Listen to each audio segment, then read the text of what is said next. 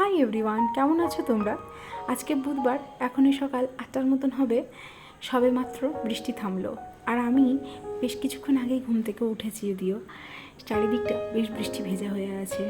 গতকাল গোটা রাতই প্রায় বৃষ্টি হয়েছে। এটা শুধু আমাদের আসানসোল না, সারা পশ্চিমবঙ্গ জুড়েই বেশ বৃষ্টি হচ্ছে। নিউজে অন্তত তাই দেখলাম। তো সকালটা শুরু করে দিলাম এক কাপ গরম গরম চা দিয়ে। এই শীত কিংবা বর্ষাকালে একটু ঠান্ডা ঠান্ডা আমেজে চাটা খেতে বেশ ভালোই লাগে।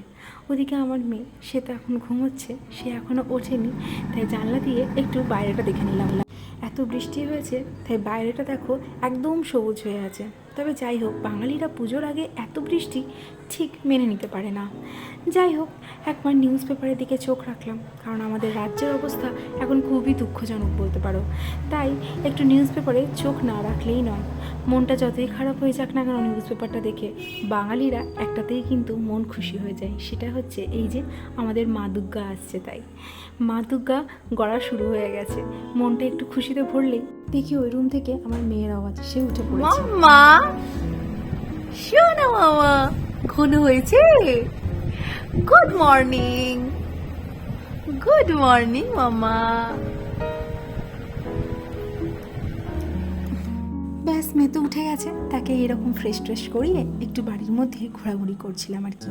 তখন বারান্দায় এসে দেখি কি জোর বৃষ্টিটাই না শুরু হয়েছে। কে বলবে বলো তো, সামনে পুজো, দেখে মনে হচ্ছে একদম ভরা বর্ষাকাল। যাই হোক, এই ফাঁকে আমিও আমার ব্রেকফাস্টটা সেরে নিলাম। তারপর রান্নাঘরে গিয়ে দেখি জয়ন্তী পিসি বানাচ্ছে চিংড়ি মাছ দিয়ে কচুলতি। কার কার খেতে ভালো লাগে নিশ্চয়ই জানিও। এদিকে মেয়েকে একটু জল খেতে দিয়েছি। ও বাবা, তার অবস্থাটাই দেখো। সে জল খাচ্ছে কম, নিজেকে ভেজাচ্ছে বেশি। তার এই মিষ্টি মিষ্টি দুষ্টুমি বেশ চলতেই থাকে।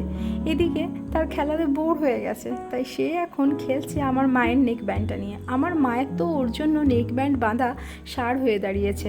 সে ওটিই নেবে, তার ওটিই খেলার সাথী। সেটিকে সে পায়ের মধ্যে নেবে, তারপর সেটিকে সে হাতে নেবে, সেটাকে সে খাবে। তার যে কত কাজ ওই নেক ব্যান্ডটার সাথে, সে তো বলাই মুশকিল। তো যাই হোক, এদিকে খেলতে খেলতে বেশ টায়ার্ড হয়ে পড়েছে, তাই তাকে ফিট করিয়ে ঘুম পাড়িয়ে দিয়েছি। মেয়ে ঘুমিয়ে পড়েছে, তাই এবার আমাকেও লাঞ্চটা করে নিতে হবে। আমি চললাম লাঞ্চ করতে, মা খাবার বেরোও দিয়েছিল।